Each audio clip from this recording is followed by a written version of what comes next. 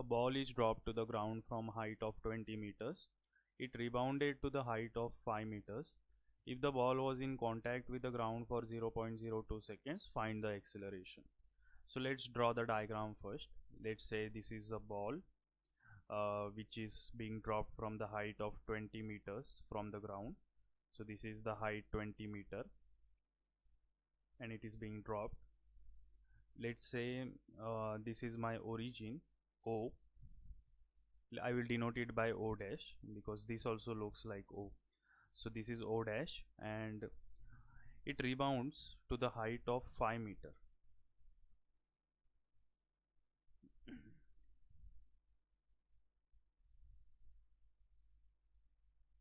So this is the height 5 meter from the ground. This is the origin. Now let's take our upward direction as positive and the downward direction as negative, and let's take G as 10 meter per second square, and it will be minus because it is pointing downwards. Now they have asked us to find the acceleration of the ball.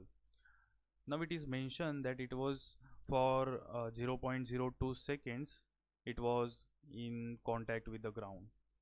Now the two velocities to be considered of the ball in that time interval are this downward velocity when it just reaches the ground and the upward velocity when it is rebounding. So these two velocities are to be considered, and then from that we have to calculate the acceleration. Now let's calculate these two velocities. Let's calculate the velocity v1.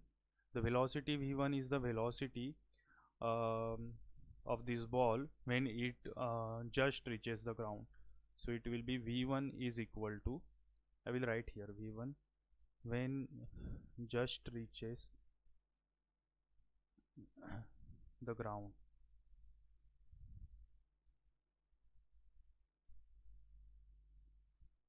v1 square is equal to u1 square minus 2 into 10 into s, where s is the displacement.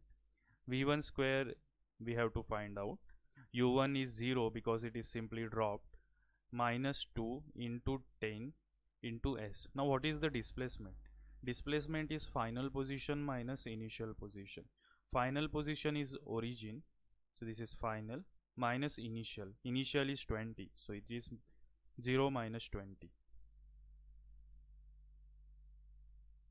So v1 square becomes this minus 2 into 10 into minus 20. So this is 20 into 20. This minus and minus becomes plus. So this is v1 square. So v1 is nothing but 20 meter per second. So v1 we got, it is 20 meter per second. Now we have to find another velocity v2, that is when the ball rebounds. So let's say that velocity is v2. It reaches 5 meter from the top, from the bottom, that is from the ground. It reaches 5 meter above. So that means our v2 square, if we take v2 dash square as the final velocity, it will be 0 because it has at the top it will be the 0 velocity. So v2 dash square is equal to v2 square minus 2as, because minus 2 into 10 s, because g is in the negative direction. So this v2 dash square is 0, which is the final velocity, that is when the ball reaches at the top, and this is v2 square that we have to find out, minus 2 into 10 into 5 minus 0, because 5 is the final position and 0 is the initial. So this is 100. 10 into 2 is 20, 20 into 5 is 100, so this is 100. So v2 square is equal to 100. So v2 becomes 10 meter per second. This is your v2, and v1 is 20 meter per second. Now the ball was in contact with the ground for 0.02 seconds. Let me draw a diagram over here. The ball came like this. The ball came like this and hit the ground, and it was in contact with the ground for 0.02 seconds, and then it changed its velocity upwards, like it was coming down with this velocity v1, and after 0.02 seconds, in that time span, it changed its velocity to 10 meter per second in the upward direction. That means the total change in velocity is v2 minus v1. What is v2? v2 is minus 10 because it is in the down direction, and v2 is plus 20, so it is minus 20. So you see the acceleration will be divided by 0.02. So this will be minus 30 divided by 0.02 meter per second square. So the acceleration is in the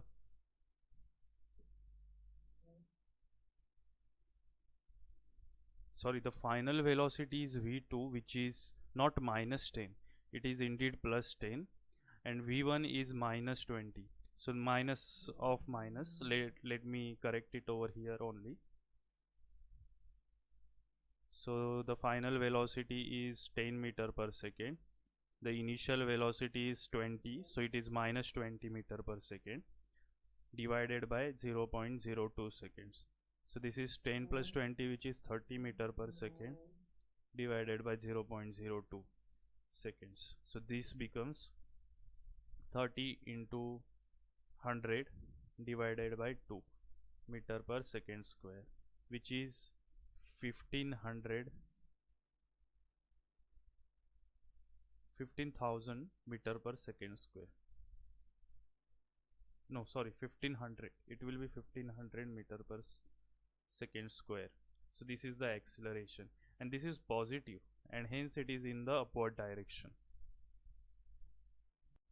Now one of the common mistakes that students do is they take v2 as the final velocity and 0 as the initial velocity, which is not correct, because the time span that we have been given is this 0.02 seconds. So this is the time span that we have been given, and in that time span the ball changes its speed as well as its direction. That is, its velocity is changed in that time span, and hence we will take this time interval in the denominator. Now if we calculate it for some another time interval, let's say half of this time interval, that is 0.01 seconds, and then you can take the initial velocity to be 0, because in this time interval or the time span, 0.01 second is smaller than this 0.02 second time span, and at the start of this time span the object was already in with the contact of the ground, and hence I can take u as a initial velocity to be 0. But this is not the case, because we are considering only this time interval 0.02 seconds.